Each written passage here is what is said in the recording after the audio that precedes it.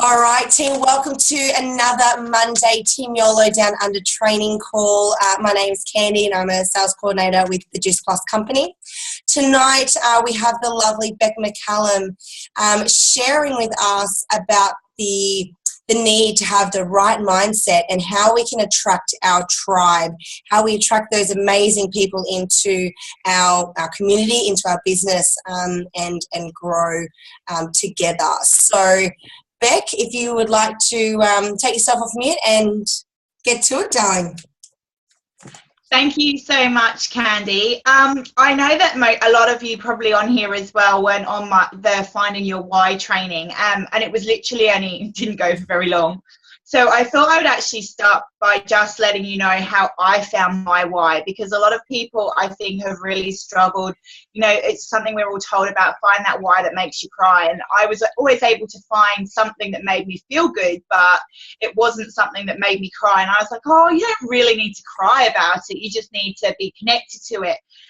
But it wasn't until I sort of dug a bit deeper that I realized, you know, what the why really was. So, I had it was actually after a training session I had with Celine, and she was just asking me to dig deep into my pain and to really find out what my why was. Now, I moved over here 11 years ago. I'll be really brief on my why because I don't want to cry, but I moved here 11 years ago from England, and my why was about being able to be close to my parents, because obviously it scared me that they would get old, or, you know, I wouldn't be able to go back to them that often and things like that. But I never really wanted to connect to it because I was so terrified of not being able to achieve my goal.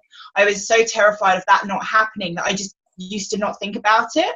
And that's when Celine was saying to me, she said, Beck, we actually do more to avoid pain than we do for pleasure.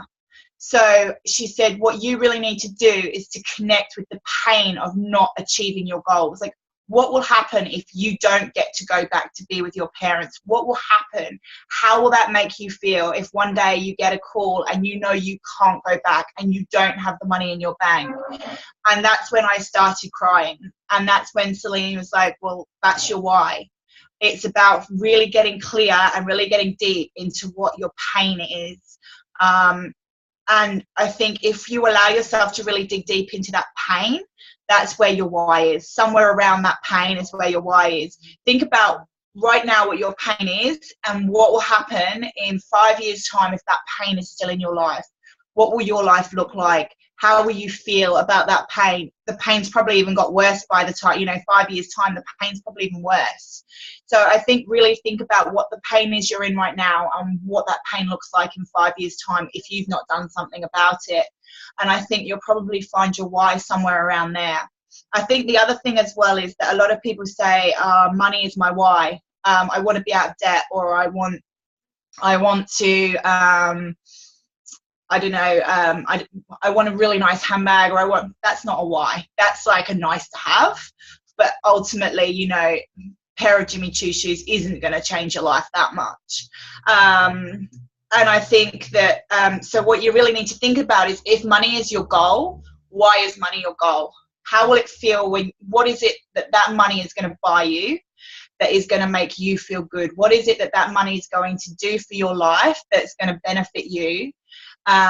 And what would be the consequences of not having this and not achieving this? And really get clear on those feelings, because it's the feelings of having that money, not the money itself. It's what that money is going to afford you to do.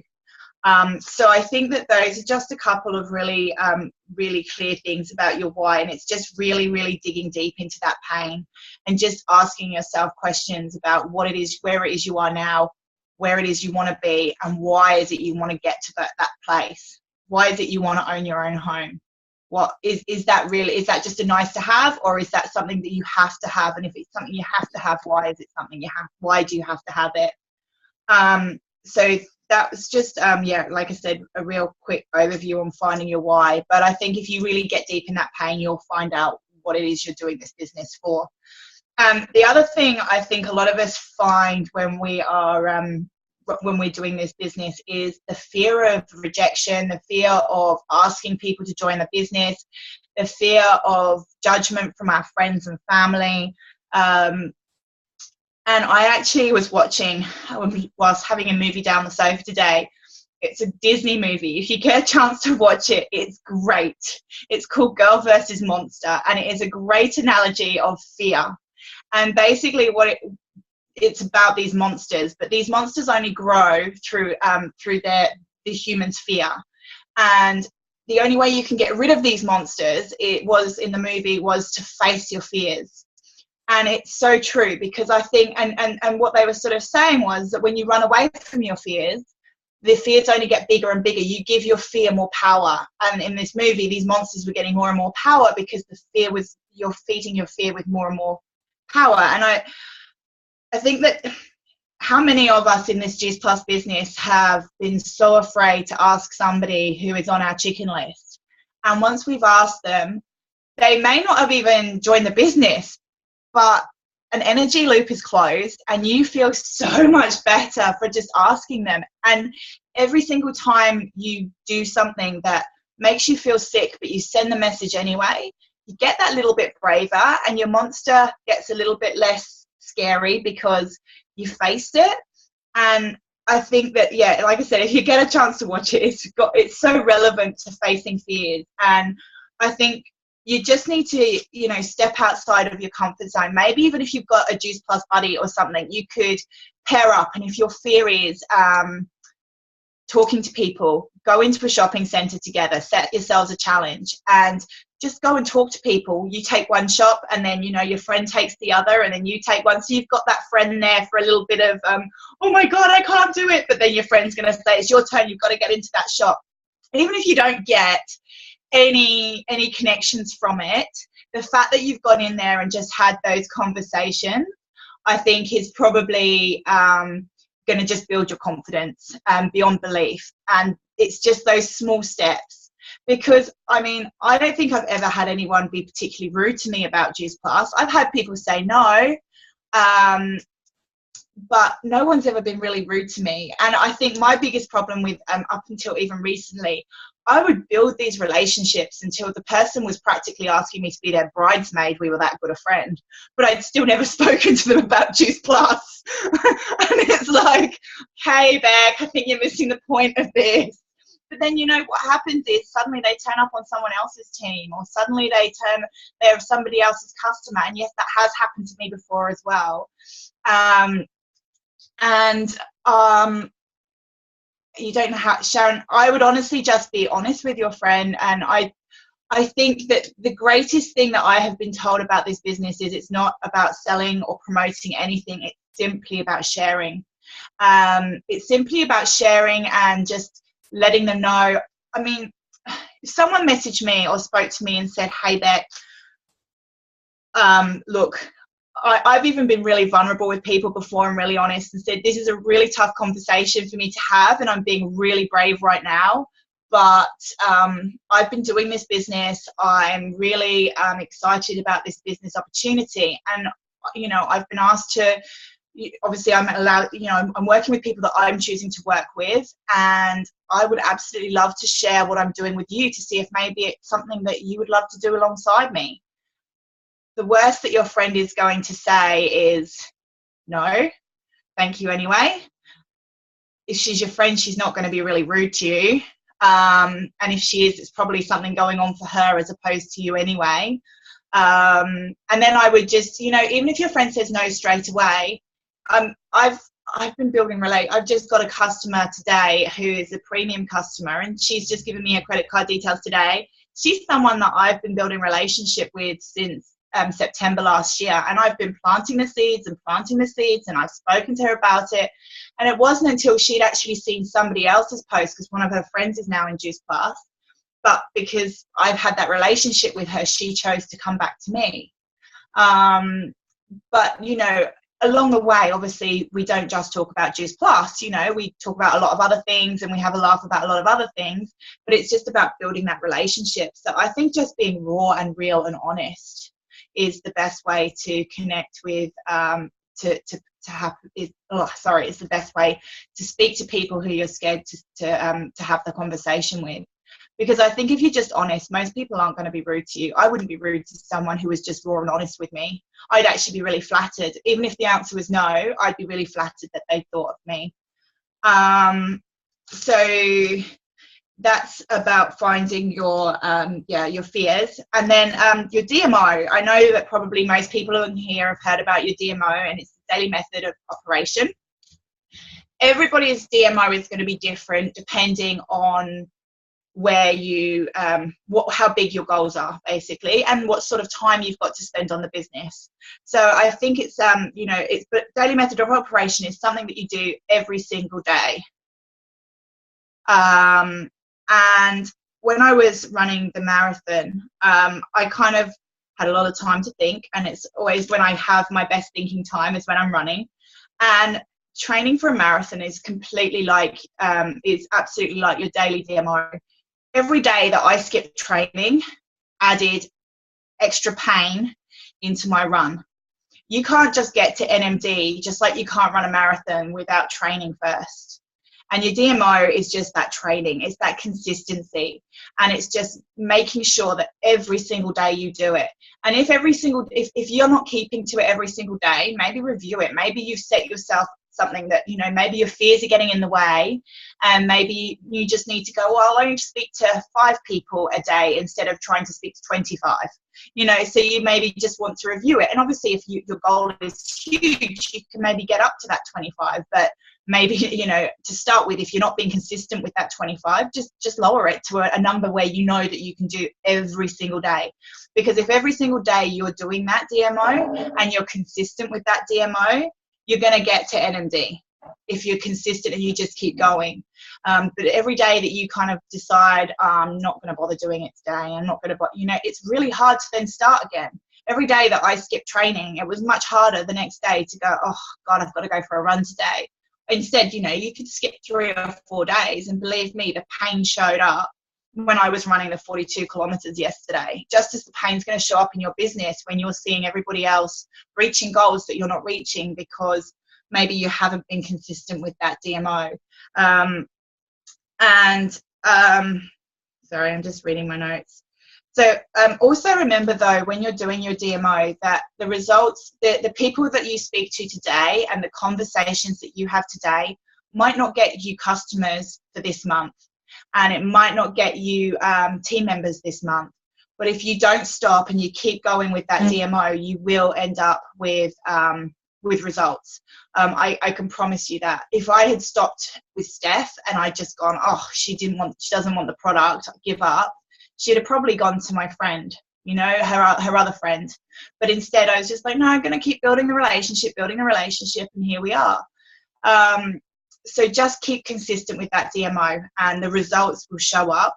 But like I said, they may not show up today. The work that's why they say the 90-day game plan is so important, because 90 days of proper consistency, 90 days of playing full out, that's going to start showing up for not just for the 90 days that precede that, and probably even longer.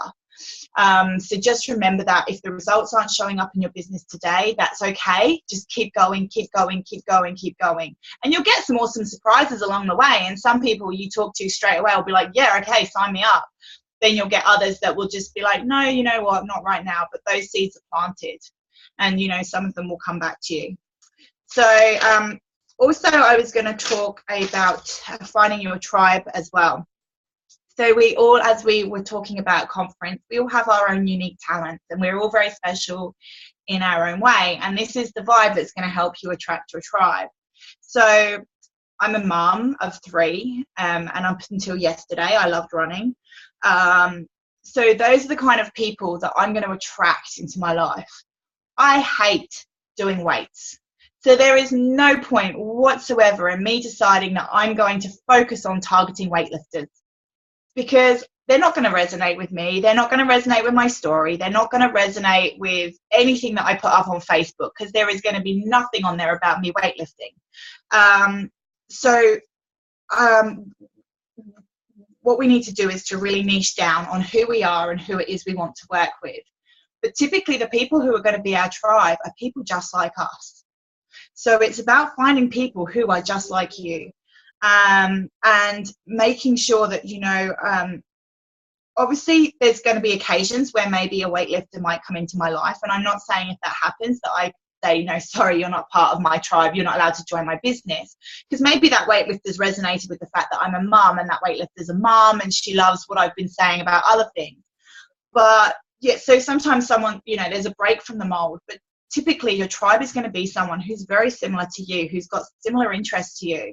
If you're attracting people into your business or into your life who are playing small, who don't really, you know, they're feeling a bit, oh, they're negative, it's probably a good opportunity for you just to look in the mirror and think about maybe what you're projecting out, because negative people, you know, they're not going to want to hang out with you because you're going to be showing this really happy vibe. So if you're attracting people into your team that maybe aren't the people you want, then maybe just check in the mirror and see what you're doing and who you're being to attract those people into your life. So what again is really important is to get, when you're attracting this person especially, is to be thinking about what their pain is. Now their pain is very typically what your pain is, because they're your tribe, they're just very similar to you. So for me, I'm a mum of 3 children. My pain was debt, it was travel, debt, travel. I want to be able to travel more. I want to do the nice things in life. I want to be able to get my hair done, have my nails done, get my eyelashes done, and not worry so much about the money. For me, my pain would be, it's not so much now with my children at school, but at the time it was that I was stuck in the house. I hated being stuck in the house. I hated the fact that I had no adult conversation. I hated the fact that I had lost me, the person that I was, because, you know, everyone just saw me as a mum, but nothing else. I really wanted to contribute to the family, but I couldn't go back to work because it just didn't work for me. So those are my pains, and those are probably the pains of my tribe. So when I'm putting things out on Facebook, it's about thinking, is this going to attract my tribe? Is this going to kind of show them where their pain is and that they need to come to me because I'm going to help them with that, with alleviate that pain. So if I'm showing them that I'm in a coffee shop talking to my friends and they're stuck at home thinking, God, I wish I was at a coffee shop with my friends. Next day, you know, I'm getting my hair done and they're thinking, oh, she went to the coffee shop yesterday, now she's getting her hair done. Like, how is she doing all of this? All of a sudden, they're going to start messaging you and say, Beck, I want what you've got. Tell me, how do you do it? And there you go, there's a conversation. And that's when you can start talking to them about exactly what you do and how much you'd love to help them to be able to create the same life that you've created. So again, just being genuine and honest about it too. I mean, if you've had a really, really crap day with the kids, maybe put up a funny meme to say that you've had a crap day with the kids, because you don't want to be this person that looks just like you've got this perfect life and you've always got your shit together, because nobody can relate to that. And then they're just going to think that you're some superhuman person that never has a bad day. And so that's how you can do a business like this. But if some days you show them that your world's falling apart, but it's okay, then don't be negative. I don't mean that, but if you can kind of show them the funny side of it, but also by showing them that this does happen to me too, I think that that's really important, because that's a really great way that you're going to connect with your tribe. And that's, you know, that's also how you're going to get new conversations starting on Facebook, because there'll be people that maybe aren't interacting with your Juice Plus stuff, but you may suddenly put up a funny joke about your day and you'll end up with 50 likes. Well, there's 50 new conversations that you can go and have. That's 50 new people that you can go and start a conversation with. Just like, hey, thank you so much for liking my meme. Gosh, school holidays are crazy sometimes. How have you been? I've not caught up with you for a while. What's going on in your world? And then that can lead to a conversation maybe, you know, and you just don't know where that conversation can lead. Or at least you've reconnected with them and now suddenly they're interacting with you again, and they're starting to, maybe they've just come back onto your Facebook page and then they're going to start looking at all the other stuff that you're doing as well. but by having that conversation, suddenly you're back at the forefront of their mind. So also, if those conversations don't lead to anything, don't be upset, because again, those little conversations are relationship builders, and those are things that, you know, maybe down the line can turn into something else, because you never know what people are doing when they're in stuff. I had one girl who she hasn't interacted with me on Facebook for years, and I only ever met her once in my life, and she came to my Intimo party about 5 years ago. She randomly out of the blue messaged me and said, "Hey Beck, I really want to know more about what you're doing and about this product. My life isn't great at the moment and I need an extra income." And she said, so when I got on the phone to her, I was like, "Oh my God, I didn't realize." She said, "No, I didn't want to ever like any of your stuff because I didn't want you to think I was on your radar."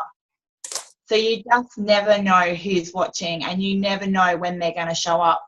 That girl, you know, she didn't join. It wasn't the right time for her, but we're now, you know, still in connection with each other. And I do believe that down the track she will join. I've just got to keep building that relationship instead of letting it go. So I think that's it. Does anybody have any questions? Sorry, it's really bizarre when you're just talking to yourself.